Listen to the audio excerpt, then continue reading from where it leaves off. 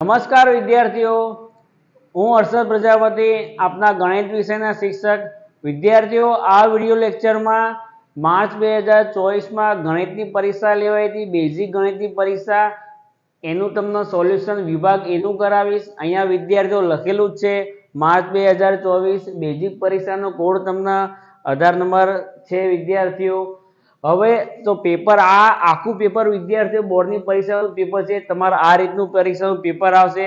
અહીંયા વિદ્યાર્થીઓ માર્ક્સ લખેલા છે અને વિદ્યાર્થીઓ અહીંયા તમને જો સમય લખેલો છે અને અહીંયા સૂચના પણ આપેલી છે. જો વિદ્યાર્થીઓ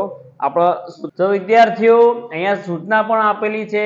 આ બધી સૂચનાઓનું તમારે પાલન કરવાનું વિદ્યાર્થીઓ, ધ્યાનથી તમે વાંચી લેજો. અત્યારે વિદ્યાર્થીઓ આપણે વિભાગ એનું સોલ્યુશન કરીએ છીએ, એના ઉપર જઈએ વિદ્યાર્થીઓ. શરૂ કરીએ વિદ્યાર્થીઓ. વિભાગે સૂચના મુજબ જવાબ આપો. પ્રશ્ન 1 થી 24, દરેક સાચા ઉત્તરનો 1 ગુણ છે. સૌથી પહેલા વિદ્યાર્થીઓ 1 થી 6 પ્રશ્ન MCQ આપેલ છે. વિકલ્પો, એમાં વિકલ્પોની અંદર નંબર 1 જોઈ લે વિદ્યાર્થીઓ. દ્વિચલ સુરેખ સમીકરણ યુગ્મમાં a1/a2 નોટ ઇક્વલ b1/b2 તો તેનો ઉકેલ ખાલી જગ્યા હોય છે. વિદ્યાર્થીઓ આપણે આ પ્રથમ શરત છે એટલે તમારે જવાબ મળે વિદ્યાર્થીઓ 1 લખ્યું હોય, અનન્ય લખ્યું હોય, માત્ર 1 જ લખ્યું હોય તો વિદ્યાર્થીઓ એ જવાબ મળે. અને જો અહીંયા બરાબર આપ્યું હોય a1/a2 બરાબર b1/b2 નોટ ઇક્વલ c1/c2 આપ્યું હોય તો ઉકેલ ના મળે. અને 3 ગુણોત્તર સરખા આપ્યા હોય a1/a2 બરાબર b1/b2 બરાબર c1/c2 તો અનંત ઉકેલ મળે વિદ્યાર્થીઓ. 2 નંબર વિદ્યાર્થીઓ, જો ખાલી જગ્યા થાય તો દ્વિઘાત સમીકરણ ax² bx c બરાબર 0 ના બે બીજ સમાન અને વાસ્તવિક હોય. વિદ્યાર્થીઓ આપણે થિયરી સમજાવ્યું છે. વિવેચકની કિંમત, વિવેચક શોધવાનું સૂત્ર b² - 4ac છે.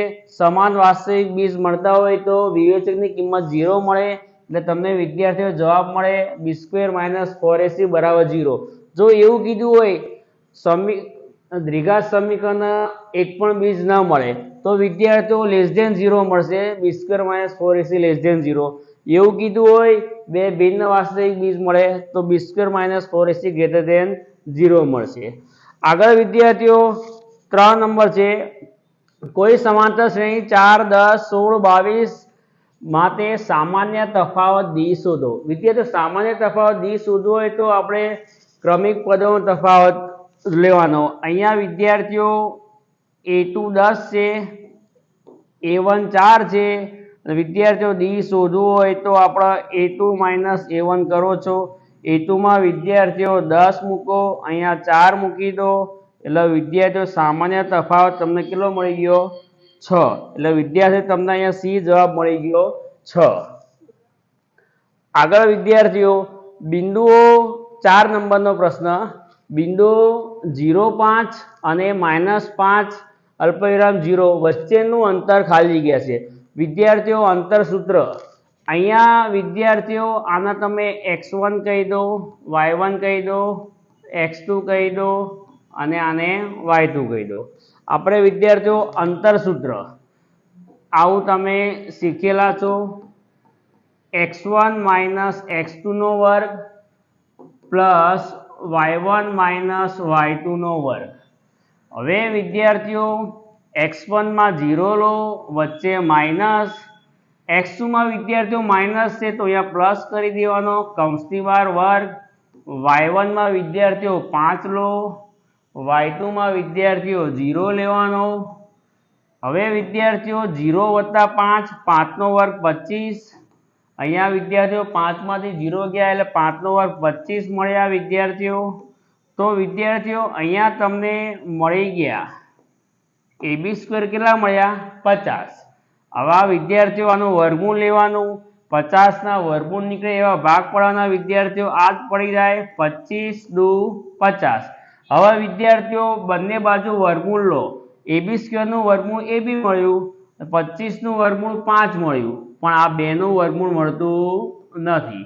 તો વિદ્યાર્થીઓ અંતર સૂત્રની મદદથી તમને જવાબ મળી ગયો b 5 વર્ગમૂળમાં 2.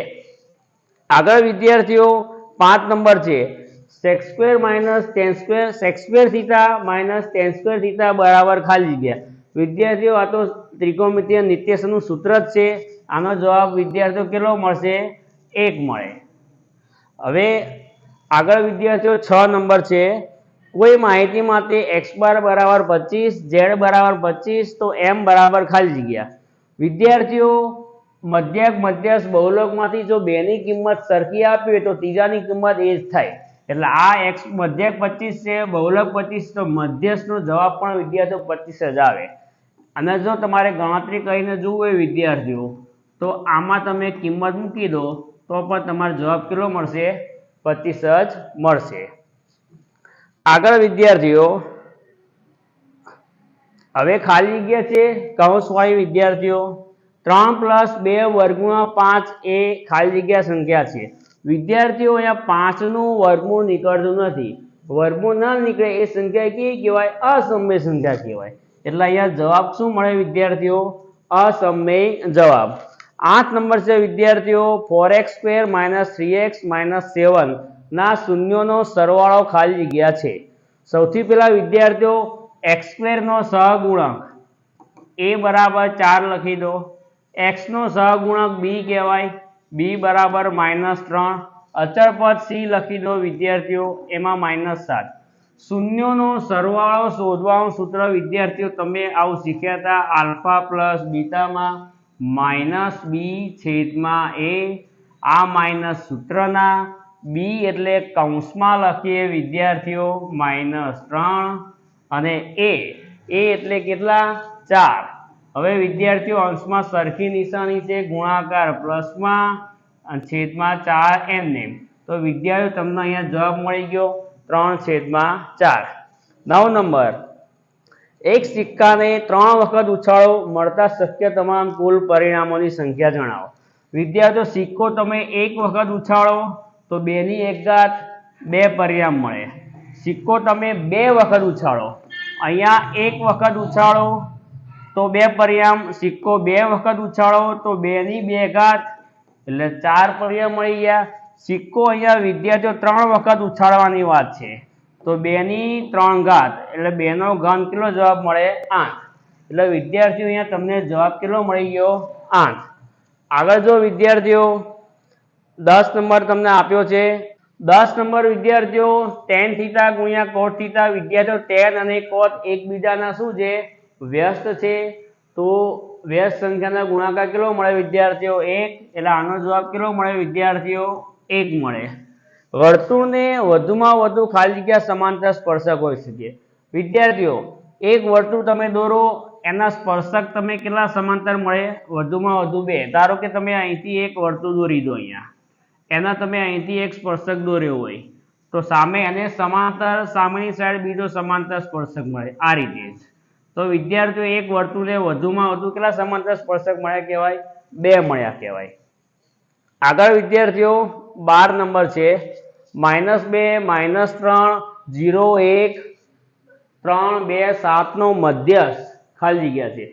વિદ્યાર્થીઓ અવર્ગીકૃત માહિતીનો મધ્યસ્થ છે એટલે અવલોકનો પહેલા તમારે ચડતા ક્રમમાં ગોઠવવા પડે.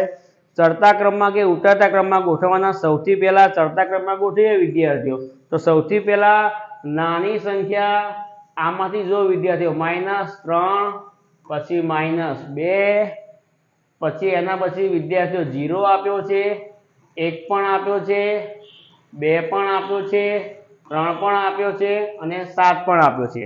હવે વિદ્યાર્થીઓ અહીંયા અવલોકનો કેટલા આપ્યા? 3, 6 અને 7. અહીંયા જોઈ લો વિદ્યાર્થીઓ 1 2 3 4 5 6 7. હવે 7 અવલોકનોની સંખ્યા n બરાબર વિદ્યાર્થીઓ કેટલી છે? 7. તો એનું જે વચ્ચોવચ મધ્યમાં જે આવતું અવલોકન હોય એ તમારો મધ્યાસ કહેવાય. એટલે આવું કહેવાય વિદ્યાર્થીઓ n+1/2 મૂળ અવલોકન. n ની જગ્યાએ વિદ્યાર્થીઓ 7 મૂકો, અહીંયા 7 મૂકો. 7 + 1 એટલે 8 થયા વિદ્યાર્થીઓ. 8/2 કરો એટલે વિદ્યાર્થીઓ કયું અવલોકન થયું? ચોથું અવલોકન. તો ચડતા ક્રમમાં ચોથું અવલોકન વિદ્યાર્થીઓ 1 2 3 4. આ ચોથું અવલોકન કેટલું મળ્યું વિદ્યાર્થીઓ? 1. એટલે તમને જવાબ વિદ્યાર્થીઓ કેટલો મળ્યો?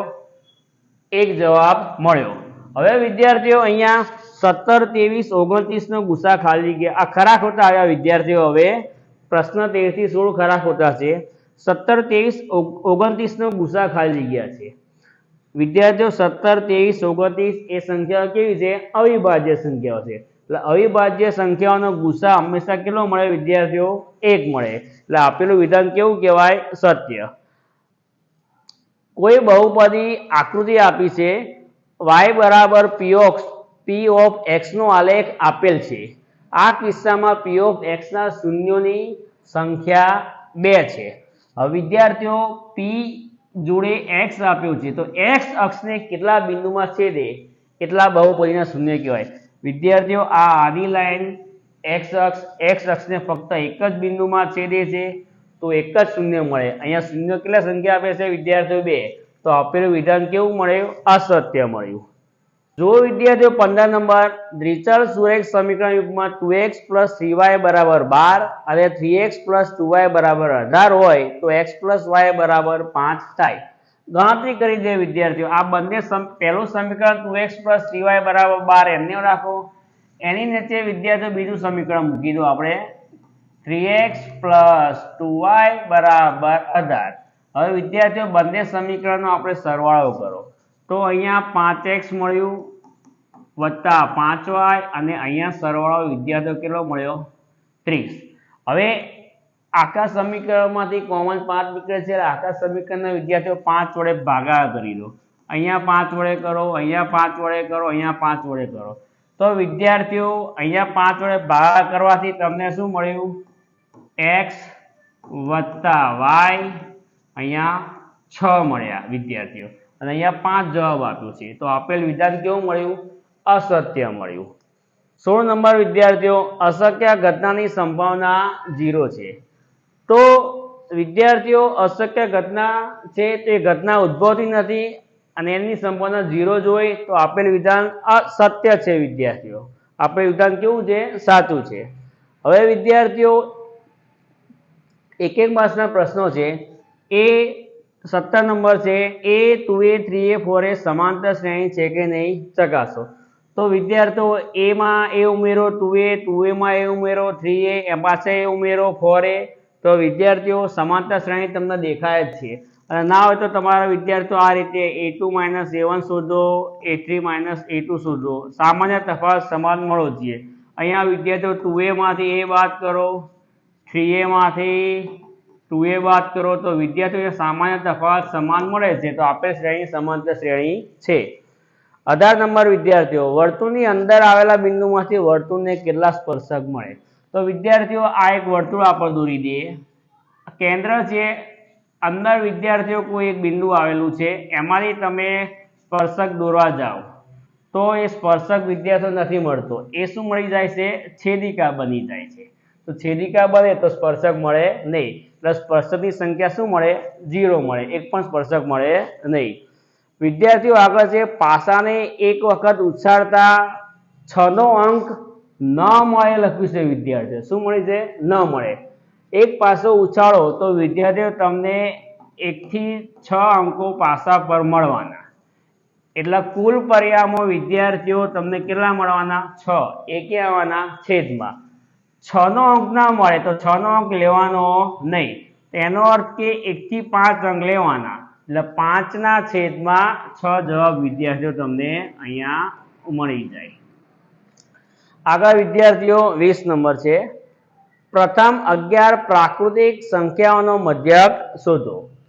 તો વિદ્યાર્થીઓ પ્રાકૃતિક સંખ્યાનો મધ્યક શોધવાનું સૂત્ર તમારે આવું યાદ રાખવાનું, n+1/2. n એટલે વિદ્યાર્થીઓ કેટલી સંખ્યા લેવાની? આપણે 11. 11 વત્તા 1/2, 12/2 એટલે વિદ્યાર્થીઓ કેટલો જવાબ મળી ગયો? 6. પ્રાકૃતિક સંખ્યાઓ કીધી એટલે n+1/2 સૂત્ર મૂક્યું.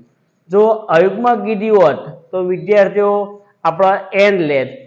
યુગ્મ કીધું હોત તો વિદ્યાર્થીઓ n+1 સૂત્ર લેત. હવે વિદ્યાર્થીઓ પ્રશ્ન 21 થી 24 છે જોડકા માટે. અર્ધગોલકના વર્તુળાકાર આધારનું ક્ષેત્રફળ જણાવો. વિદ્યાર્થીઓ વર્તુળનું ક્ષેત્રફળ તમે જાણો છો πr². એટલે પહેલાનો જવાબ વિદ્યાર્થીઓ તમને આ મળ્યો પાઈ આર સ્ક્વેર. પછી વિદ્યાર્થીઓ 5 રૂપિયાના સિક્કાનું ઘનફળ. 5 રૂપિયાનું સિક્કાનું ઘનફળ, સિક્કાનો આકાર વિદ્યાર્થીઓ નળાકાર હોય અને નળાકારનું ઘનફળ એટલે વર્તુળનું ક્ષેત્રફળ ગુણ્યા ઊંચાઈ એટલે પાઈ આર સ્ક્વેર એચ. એટલે વિદ્યાર્થીઓ બીજામાં 22 નંબરનો જવાબ તમને પાઈ આર સ્ક્વેર એચ મળી જાય. આગળ છે વિદ્યાર્થીઓ 23 નંબર છે થીટા ખૂણાવાળા વૃત્તાંશના ચાપની લંબાઈ શોધો. વિદ્યાર્થીઓ ચાપની લંબાઈ, લઘુચાપની લંબાઈ શોધવાનું સૂત્ર છે વિદ્યાર્થીઓ પાઈ આર થીટા છેદમાં 180. અહીંયા જવાબ વિદ્યાર્થીઓ આપેલો જ છે એટલે એની સામે વિદ્યાર્થીઓ સી જવાબ મળશે. વર્તુળનો પરિઘ વિદ્યાર્થીઓ અહીંયા પાઈની જગ્યાએ 2 પાઈ આર આપ્યો તો પણ વિદ્યાર્થીઓ શું સાચું, એટલે અહીંયા બીજા ચોઈસનો જવાબ વિદ્યાર્થીઓ શું મળશે? એ મળશે. વિદ્યાર્થીઓ આ પેપરમાં 24 હેતુલક્ષી પ્રશ્નોના જવાબ લખેલા હતા, પણ અમારા ભૂતકાળના વિદ્યાર્થીનું પ્રશ્નપત્ર હતું એટલે એને સોલ્વ કરવા જવાબ લખેલા હતા, એટલે એ પ્રશ્નપત્ર મેં વિડીયો બનાવવા લીધેલું અને ભૂતકાળમાં ઘણા બધા વિદ્યાર્થીઓને પૂરા માર્ક્સ આપણે આવેલા છે. હવે વિદ્યાર્થીઓ તમારે 24 હેતુલક્ષી પ્રશ્નો સાચા કરવા હોય તો સીધો તમે પ્રશ્ન પૂરેપૂરો ધ્યાનથી વાંચો, સમજવાનો, પછી ગણતરી કરીને જવાબ લખવાનો. સીધો ડાયરેક્ટ ઉતાવળમાં જવાબ લખવાના નહીં, એટલે તમને 24 હેતુલક્ષી પ્રશ્નો તમારા સાચા પડી જાય. તો વિદ્યાર્થીઓ તમને આ 24 હેતુલક્ષી પ્રશ્નોમાં તમને સંપૂર્ણ ખ્યાલ આવી ગયો હશે. થેન્ક યુ વિદ્યાર્થીઓ.